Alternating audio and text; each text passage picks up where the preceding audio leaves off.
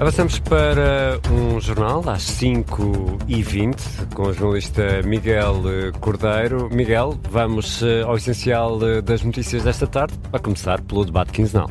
É isso mesmo, terminou há minutos esse debate quinzenal na Assembleia da República com a presença do Primeiro-Ministro e em que muito se falou da primeira volta das presidenciais. É tema incontornável. É tema incontornável também na União Europeia, uma vez que António Costa diz que é óbvia a escolha que vai fazer na segunda volta das presidenciais. Já está definido o boletim para essa segunda volta. António José Seguro vai aparecer em primeiro, André Ventura em segundo. Neste jornal vamos também falar de Donald Trump, que esta tarde afastou o uso da força militar para anexar a Groenlândia. Para começar, vamos mesmo por esse debate quinzenal, com várias reações aos resultados da primeira volta das presidenciais, debate que contou com a presença de Luís Montenegro e que foi acompanhado pelo repórter Vasco Maldonado Correia. Vasco, agora em direto novamente, o Partido Socialista escolheu passar ao lado deste tema, as presidenciais, mas da bancada do Chega, Luís Montenegro ouviu um pedido de posicionamento para esta segunda volta. Um pedido, Miguel, que vem da parte do líder parlamentar Pedro Pinto, sendo que o líder partidário, o líder do Chega, não esteve presente no debate quinzenal, está já em pré-campanha para a segunda volta das eleições presidenciais. Ora, Pedro Pinto diz que a direita tem uma oportunidade única para derrotar o socialismo na segunda volta e que há tempos Montenegro dizia que o socialismo era de facto o maior problema que o país tinha. Pergunta por isso ao Primeiro-Ministro Luís Montenegro se ainda mantém essa opinião e se se vai juntar a André Ventura nesta corrida para a segunda volta. Ou então o Sr. Primeiro-Ministro andou a enganar os portugueses. É que a 11 de maio de 2023, por exemplo, o Sr. Primeiro-Ministro disse: admito fazer desaparecer o socialismo. E 2 dias depois diz: Montenegro considera que o maior problema na política portuguesa é mesmo o socialismo. Ó, Sr. Primeiro-Ministro, nós estamos de acordo. E agora? E agora o que é que vamos fazer no próximo dia 8 de fevereiro? Pergunta deixada por Pedro Pinto, sendo que André Ventura não esteve neste debate quinzenal por ter pedido a suspensão de mandato durante esta campanha para as presidenciais. Ora, na resposta, Luís Montenegro assumiu que o PSD, ou que o líder do PSD, ele próprio, teve responsabilidades pela dispersão do voto à direita, mas diz que, no fundo, não mudou assim tanto porque os votos que vêm do eleitorado do governo, dos partidos que representam o governo, acabaram por ser basicamente os mesmos, apenas dispersos por vários candidatos. No espaço político central, onde estão representados os partidos do governo, a votação esteve dispersa por vários candidatos e, portanto, o resultado foi que, como o senhor deputado lembrou, os candidatos que passaram à segunda volta são os candidatos que representam no espaço político que está representado nesta Câmara, precisamente o espaço da direita e o espaço da esquerda. Tudo na mesma, é o que diz Luís Montenegro. Quem não falou no tema, quem não abordou o tema foi José Luís Carneiro, o secretário-geral socialista, que preferiu focar-se nos temas da saúde, também no combate à pobreza, e aproveitou para acusar o Primeiro-Ministro e o Governo de, ao contrário do que tinham defendido, estarem a subir impostos. O Governo veio dizer, pela palavra do Sr. Primeiro-Ministro e também pela palavra do líder parlamentar, que não disse 3 vezes, disse mesmo 6 vezes: nunca, nunca, nunca, nunca, nunca, nunca aumentar os impostos. Pois, Sr. Primeiro-Ministro, eu tenho aqui as 2 portarias que aumentaram os impostos sobre os combustíveis e que aumentaram os impostos sobre a habitação. Na resposta, Luís Montenegro disse que isso nunca poderia ter acontecido, nunca seria possível, não era possível subir impostos sem a autorização da Assembleia da República, e por isso garante que o que José Luís Carneiro disse não é verdade. Ora, se o PS fugiu a esse tema das presidenciais, o mesmo não é verdade para todas as restantes bancadas parlamentares. A Iniciativa Liberal voltou a uma das ideias-chave do discurso de João Coutinho Figueiredo na noite eleitoral eleitoral, a de que o Primeiro-Ministro pôs os interesses partidários à frente dos interesses do país quando decidiu não o apoiar, é que se o tivesse feito, João Coutinho Figueiredo e o centro-direita estaria representado nessa segunda volta com António José Seguro, e da esquerda ouviu também Luís Montenegro várias declarações de incompreensão para com o não posicionamento do Governo em relação a essa segunda volta. Tanto o PCP como o Bloco de Esquerda, o LIVRE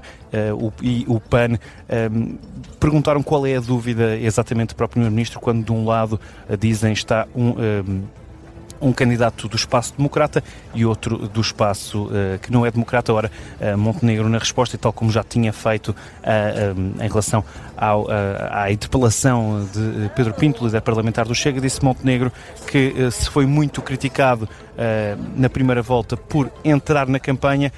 Pergunta agora porque é que está a ser interpelado, chamado a participar na segunda volta. É o essencial deste debate quinzenal que, claro, 3 dias depois da primeira volta das presidenciais, foi marcada quase exclusivamente por esse tema. Tema incontornável também no debate quinzenal, que foi acompanhado pelo repórter Vasco Maldonado Correia. E os olhos também estão postos na eleição presidencial e já está definido como vai ser o boletim de voto da segunda volta. Miguel Cordeiro, afinal, quem é que vem primeiro? António José Seguro aparece em primeiro, André Ventura em segundo. Foi isto que ditou o sorteio no Tribunal Constitucional, momento acompanhado pelo repórter António José Soares. António, momento muito rápido no Palácio de Raton. Boa tarde, Miguel. Assim é, um sorteio muito rápido, feito pelo Presidente do Tribunal Constitucional, que colocou 2 papéis, cada um deles com o nome de António José Seguro, outro com o nome de André Ventura. Ao seu lado estava uma assistente com 2 bolas, uma com o número 1 e outra com o número 2, e foi então feito o sorteio e anunciado pelo juiz José João Abrantes. André Claro Amaral Ventura. Bola 2. E agora? António José Martins Seguro. Bola 1. Sim, senhora. Pronto, está terminado o sorteio. Depois serão fixados os editais e assim se prosseguirá o processo. Bola 1 para António José Seguro, bola 2 para André Ventura. Está então definida a ordem dos nomes dos candidatos nos boletins para a segunda volta destas eleições presidenciais, Miguel. Está definido esse boletim de votos. Seguro aparece em primeiro, André Ventura em segundo. E António Costa diz que é óbvio a escolha que vai fazer na segunda volta das presidenciais em Estrasburgo, onde esteve a apresentar as conclusões do Conselho Europeu aos eurodeputados. António Costa respondeu às perguntas dos jornalistas portugueses. Depois de ter dito já ao NAU e à RTP que o voto na segunda volta das presidenciais ia ser igual ao da primeira, insiste agora que é óbvia essa escolha. A acompanhar estas declarações esteve o repórter Miguel Viterbo Dias. Miguel, agora em direto, que sinais deixou António Costa sobre as presidenciais? Continua sem proferir o nome de António José Seguro, de quem foi adversário interno no Partido Socialista há 10 anos, mas deixa praticamente certa essa opção na segunda volta das eleições presidenciais. Em entrevista exclusiva à RTP e depois ao canal Now, já tinha dito que a escolha da segunda volta é facílima, será a mesma da primeira, e agora, em resposta aos jornalistas portugueses aqui no Parlamento Europeu em Estrasburgo, diz que é óbvio o nome em quem vai votar no dia 8 de fevereiro. Como sabe, eu estou impedido de intervir na política interna portuguesa. Obviamente não fiz nas eleições na primeira volta, não faço nesta segunda volta. Irei votar como já votei na primeira volta. E da primeira volta votou em qual campo? No democrático ou no extremista? O que é que acha? Acha que eu voto em quem?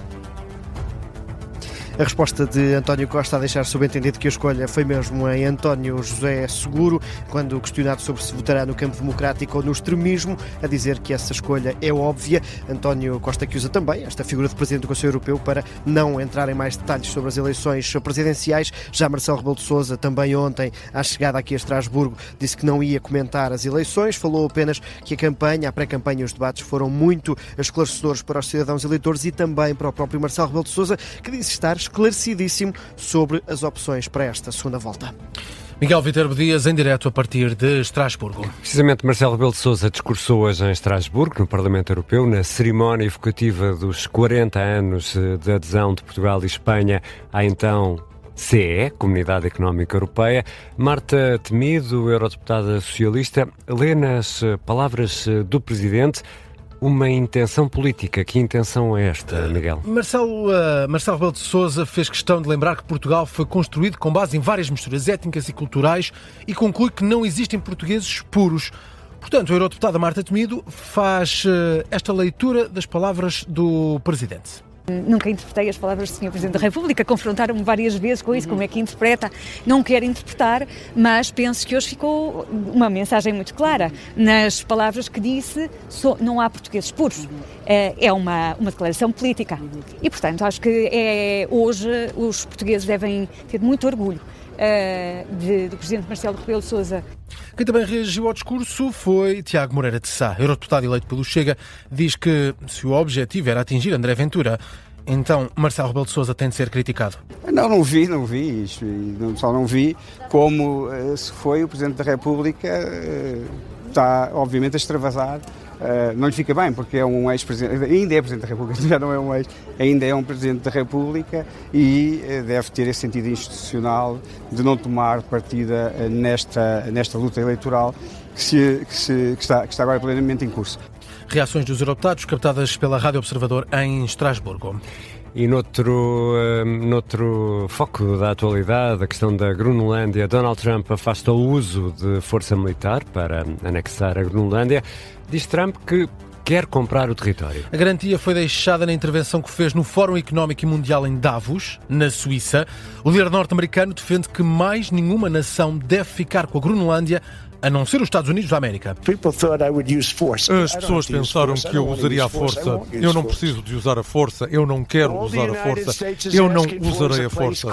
Tudo o que os Estados Unidos pedem é um lugar chamado Groenlândia, que nós já tivemos como um território sob nossa administração, mas que respeitosamente devolvemos à Dinamarca não há muito tempo atrás, depois de derrotarmos os alemães, os japoneses, os italianos e outros na Segunda Guerra Mundial. Nós devolvemos. Pela força não, diz Donald Trump, mas os Estados Unidos querem mesmo assumir o controle do território através de negociação. Donald Trump sente-se injustiçado pela NATO e acusa a Dinamarca de ser ingrata por não devolver a ilha à potência norte-americana. Só os Estados Unidos podem proteger esta enorme massa de terra, este enorme pedaço de gelo, desenvolvê-lo, melhorá-lo e torná-lo bom para a Europa, seguro para a Europa e bom para nós. E é por isso que quero começar negociações imediatas para discutir novamente a compra da Groenlândia pelos Estados Unidos, assim como adquirimos muitos outros territórios ao longo da nossa história, assim como muitas nações europeias fizeram. Elas compraram. Não há nada de errado nisso. Trump deixou também um recado à Dinamarca para o futuro. Se disser que não à compra da Groenlândia, os Estados Unidos da América vão lembrar-se. Orlando Samões, especialista em relações internacionais, professor na Católica, considera que a declaração de Trump sobre a Groenlândia não deve deixar os europeus a respirar de alívio. Entende que a Europa deve relativizar a afirmação do Presidente dos Estados Unidos da América, que não quer recorrer à força para tomar o controle do território. Não creio que possamos ficar descansados e muito pelo contrário. Até essas frases, apesar de terem sido muito vincadas, em que não haveria uso da força, que normalmente são boas notícias, mas ao mesmo tempo disse que não iria investir, que não iria proporcionar que a Groenlândia ficasse a salvo e, portanto, protegida para a Europa, sem que nada de bom acontecesse para nós, Estados Unidos. Enfim, portanto, continuamos a ter razões não só para duvidar, como para outras formas de continuar a prosseguir este objetivo. Defende Orlando Samões que é imperioso que a Europa não se vergue à vontade de Donald Trump. Mas há outras notícias a dominar esta quarta-feira. Portugal enviou 300 mil euros a Moçambique para ajudar com o apoio humanitário na sequência das cheias que estão a atingir o país. Há já mais de uma centena de mortos, para além de 6 desaparecidos e quase uma centena de pessoas feridas. De acordo com o Ministro dos Negócios Estrangeiros, quase 680 mil pessoas foram afetadas. O sistema elétrico nacional está estável. Esta é uma garantia deixada hoje no Parlamento pela Direção-Geral de Energia e Geologia, ainda no seguimento do apagão de 28 de abril do ano passado. Diz até Paulo Carmona, o diretor-geral, que não há nenhuma debilidade estrutural na rede elétrica e defende que o apagão funcionou como um teste real às capacidades do sistema. Para fechar, uma novidade para quem gosta de séries: o Manchester United vai ter uma série de drama baseada na história do clube. E não tem faltado drama no Sim. Manchester United. Esta série vai certamente render bastante ao clube inglês. Há episódios para dar e vender e, de acordo com o The Athletic, o Manchester United chegou a acordo com a Lionsgate para a criação de uma série.